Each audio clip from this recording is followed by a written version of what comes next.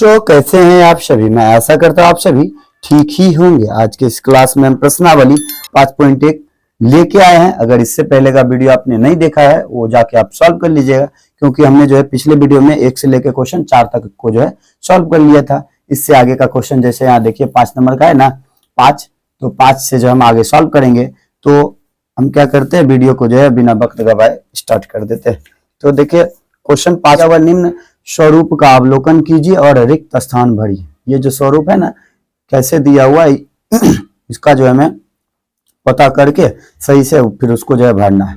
तो हम आपको बता दें कि क्वेश्चन 4 को जैसे पढ़े बताए थे ना, इससे पहले का वीडियो आप जाके देख लीजिएगा। उसी तरह से जो क्वेश्चन जो है 5 भी बनेगा। तो देखिए इस ऐसे दिया हुआ है ना, ये क्या है 11 दिया हुआ है, तो 11 लिख के दोनों संख्या को जोड़ा गया है। फिर देखिए 101 है तो क्या किया है कि दोनों साइड 1 और 1 डाल दिया, उसके बाद 0 है तो दोनों साइड डाल के फिर 2 लिखा हुआ है। फिर यहाँ देखिए तो देख लेंगे। फिर देखिए 10 20 30 किया हुआ, फिर से जो है इसको रिटर्न कर दिया। रिटर्न करने के बाद फिर लास्ट का 1 दिया हुआ। तो यहाँ भी हम देखिए क्या करेंगे। तो जैसे देखिए इस क्वेश्चन को जैसे सॉल्व करेंगे ना, दिया हुआ है 10 10 10 फिर 1 का वर्ग दिया हुआ है। तो यहाँ हम क्या करेंगे, तो देखिए कितना 1 है, 4 1 है यानी 40 तक लेके जाएंगे। 10 फिर 20 फिर 30 फिर 40, ठीक है। अब जो है यहाँ से रिटर्न होंगे तो फिर जो है 40 का क्या होगा, तो 30 फिर 20 फिर लिख देंगे 1। ये इसका आंसर हो गया। उसके बाद देखिए इस तरफ से जो हमें क्वेश्चन दिया हुआ है कि 10 20 30 40 50, फिर यहाँ से रिटर्न गया है 40 30 20 और 1 दिया हुआ है ना यहाँ पे। फिर यहाँ दिया हुआ है डॉट करके वर्ग किया हुआ है, तो मतलब कितने संख्या का जो है ये है। तो देखिए अभी तुरंत हमने बताया कि 1 की संख्या 4 था तो 40 तक ले गए थे। यहाँ 1 की देखिए यहाँ के यहाँ तक है 50 है, उसके बाद रिटर्न हुआ है ना, तो 50 है यानी 5 जो है 1 होगा। तो लिखेंगे 1, ये दूसरा 3 4 5, 1 2 3 4 5। तो ये जो है हमारा आंसर हो गया, ठीक है। उसके बाद देखिए छठे में दिया हुआ है दी गई प्रतिरूप का उपयोग करते हुए विलुप्त संख्याओं को प्राप्त कीजिए। कह रहा है कि जो संख्या यहाँ दिया हुआ है ना इसको समझ के फिर जो गायब है, जैसे देखिए यहाँ पे गायब है, यहाँ गायब है और यहाँ गायब है, ये संख्या को जो हमें समझ के यहाँ पे भरना है गायब प्रतिरूप में, ठीक है। तो देखिए 1 का स्क्वायर प्लस 2 का स्क्वायर बराबर 1, देखिए यहाँ दिया हुआ है 1 का स्क्वायर प्लस 2 का स्क्वायर प्लस 2 का स्क्वायर बराबर 3। फिर देखिए 2 का स्क्वायर प्लस 3 का स्क्वायर प्लस 6 का स्क्वायर बराबर 7, 2 का स्क्वायर प्लस 4 का स्क्वायर प्लस 12 का स्क्वायर बराबर 13, 4 का स्क्वायर प्लस 5 का स्क्वायर, यहाँ खाली जगह फिर 21। तो आपको तो समझ में आ नहीं रहा होगा, हम पढ़ते जा रहे हैं, आप भी कह रहे होंगे क्या बता रहे हैं। तो यहाँ हम आपको बता दें कि आपको इस ढंग से समझ लेना है। तो क्या करेंगे, जैसे देखिए पहला का है ना, इसको एग्जाम्पल के तौर पर हम लिखते हैं। जैसे छठा का है ना, तो दिया हुआ 1 का स्क्वायर प्लस 2 का स्क्वायर प्लस 2 का स्क्वायर, इसके बराबर जो है 3 का स्क्वायर। तो यहाँ देखिए क्या किया है, हम आपको समझा दे, आप जो ऐसे समझ लीजिएगा तो आपका जो है क्वेश्चन आसान हो जाएगा। तो यहाँ देखिए हम क्या करेंगे, इन दोनों संख्या को जो है पहले संख्या को गुना कर लेंगे तो परिणाम क्या आएगा, तो 2 एकम 2 होगा तो उसका वर्ग, ठीक। फिर क्या करेंगे, अगली संख्या में जो है एक संख्या को जोड़ के उसका वर्ग लगा दिया हुआ है। 2 तिहाई की 6 हो गया तो 6 लिख दिया, उसका वर्ग उसके एक संख्या बढ़ा के लिखा हुआ है 7 का स्क्वायर। फिर देखिए 4 तिहाई की कितना, तो 12, तो 12 फिर उसका वर्ग एक संख्या बढ़ा के 13 लिखा हुआ है।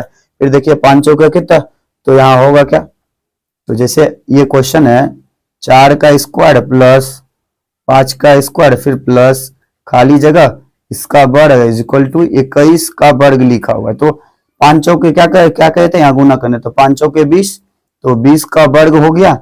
फिर देखिए इसका एक संख्या बढ़ाएंगे तो 21 हो जाएगा, तो वही सेम कॉन्सेप्ट है। फिर देखिए अगला है कि 5 का स्क्वायर प्लस खाली जगह फिर प्लस इसका स्क्वायर प्लस 30 का स्क्वायर बराबर 31 का स्क्वायर। तो यहाँ देखिए यहाँ पे जो हमें संख्या को गुना करना होता है कि कितना संख्या से गुना करे कि 6 हमें आ जाए, तभी ना परिणाम वो जो वहां जाएगा। तो 5 को जब हम 6 से पढ़ेंगे तो 6 पंचे कितना, तो 30 हो जाएगा, तो यानी 6 का स्क्वायर, इसका जो एक संख्या बढ़ा के लिखेंगे 31। फिर देखिए यहाँ दिया हुआ 6 का स्क्वायर प्लस 7 का स्क्वायर, तो लिखेंगे 6 का स्क्वायर प्लस 7 का स्क्वायर प्लस खाली जगह का स्क्वायर फिर बराबर ब्लैंक, फिर इसका स्क्वायर दिया हुआ है। तो देखिए क्या करेंगे, इन संख्या को गुना कर देंगे तो 7 × 42 है, यहाँ पे लिख देंगे तो लिखेंगे 42, यहाँ हो गया 42 का स्क्वायर। यहाँ पे क्या बोले थे, एक संख्या जो हमें बढ़ा के लिखना है, तो 42 और एक कितना हो गया, तो 43। इसी तरह से जो है हमें कॉन्सेप्ट को समझ के इसको बनाना था। तो चलिए अब हम जो है क्वेश्चन 7 की तरफ चलते हैं, क्या हमने दिया हुआ। तो देखिए, योग संक्रिय किए बिना योगफल ज्ञात कीजिए, यानी इन संख्या को जो है जोड़ना नहीं है, ठीक है, बिन जोड़े हुए हमें जो है बताना है कि इनका टोटल जो है कितना आने वाला है।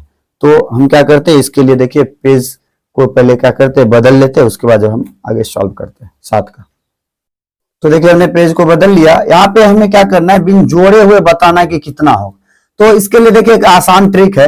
तो क्या करेंगे, जो संख्या दिया हुआ है ना वो भी सब विषम संख्या में है ना, सब संख्या को गिन लेंगे कितना बार, कितना है 1 2 3 4 5 है ना, 5 संख्या लिखा हुआ है, हम क्या करेंगे 5 लिख के इसका वर्ग लगा देंगे। वर्ग लगाएंगे तो कितना, तो 5 को 5 बार पढ़ना है तो 25 होगा। आपको अगर दिक्कत हो रहा होगा करिएगा, इन संख्या को जोड़ के कर लीजिएगा कि इतना आ रहा है कि नहीं।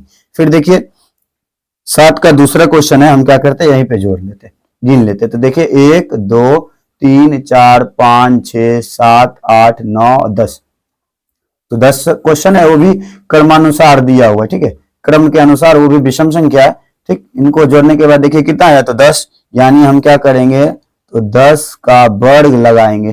तो 10 का वर्ग यानी 10 को जो है कितना बार, तो 10 बार पढ़ेंगे, तो 10 दहे के कितना, तो 100, ठीक है, ये इसका आंसर हो गया। उसके बाद देखिए तीसरे क्वेश्चन में है 7 का तीसरा, देखिए यहाँ भी जो है क्या है, विषम संख्या है, वो भी क्रम अनुसार है, 1 के बाद 3 3 के बाद 5 7 9 ऐसे करके चला है कहाँ 23 तक। तो काउंट कर लेते हैं, यहाँ तक देखिए 10 हुआ था, तो ये हो जाएगा 11 और ये हो गया 12, ठीक है। तो 12 तो लिख देंगे 12 का वर्ग, तो 12 का वर्ग मतलब 12 गुना 12, ठीक है। तो 12 गुना 12 करेंगे कितना, तो 144 हो जाएगा। ये हमारा आंसर हो गया। तो चलिए अब हम क्वेश्चन 8 की तरफ चलते हैं।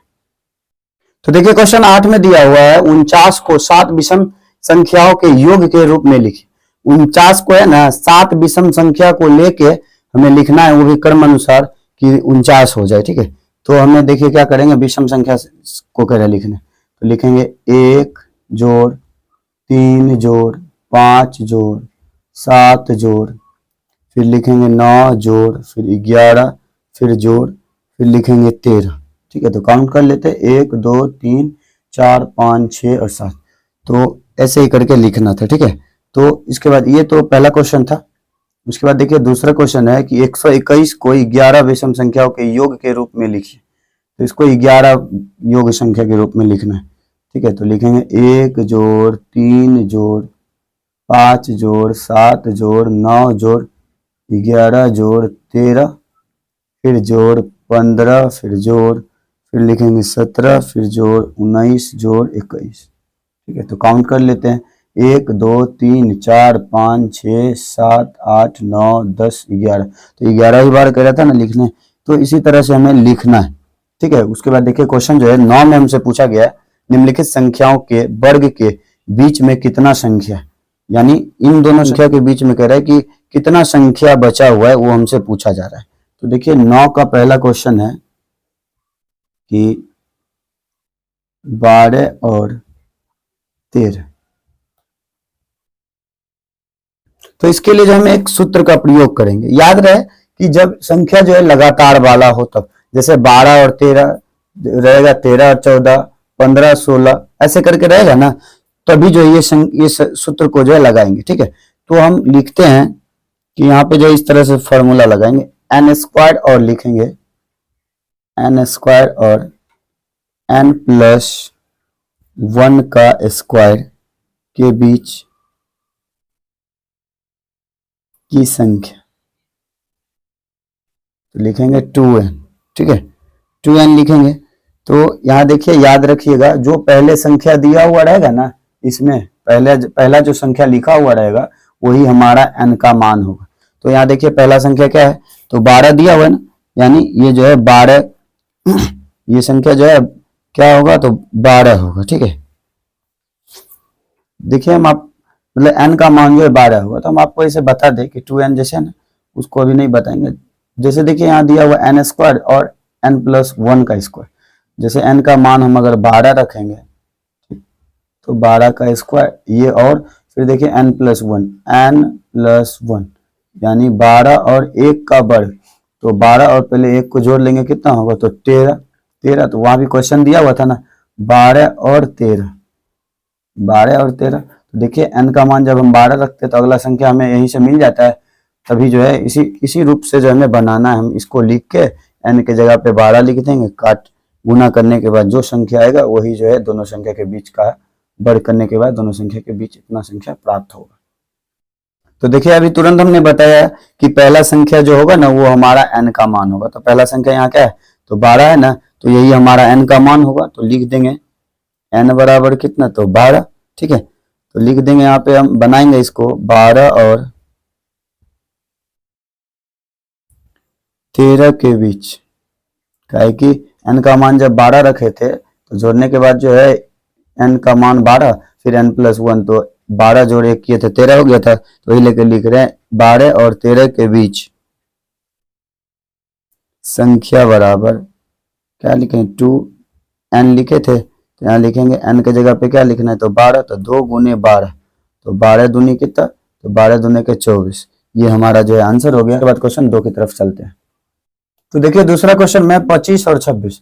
तो यहाँ पे n का मान क्या होगा, तो पहला संख्या क्या है, तो 25, वही n का मान होगा। तो लिखेंगे 25 और 26 के बीच संख्या है, तो क्या होगा, तो 2n। ठीक है, तो n का मान जो है 25 लगाएंगे, तो 25 दूनी पढ़ेंगे तो कितना, तो 25 दूनी 50। ये इसका आंसर हो गया। उसके बाद देखिए क्वेश्चन जो है तीसरा दिया हुआ है। तो लिखेंगे n बराबर क्या, तो पहला संख्या 99 है, तो 99 लिख देंगे। लिखेंगे 99 और 100 के बीच संख्या 2n। तो 2 गुने n का मान देखिए कितना है, तो 99। तो इतना को गुना करेंगे तो 198 आएगा। ठीक है, ये इसका आंसर हो गया। तो इसमें देखिए क्वेश्चन जो है 9 तक ही हमें पूछा गया था।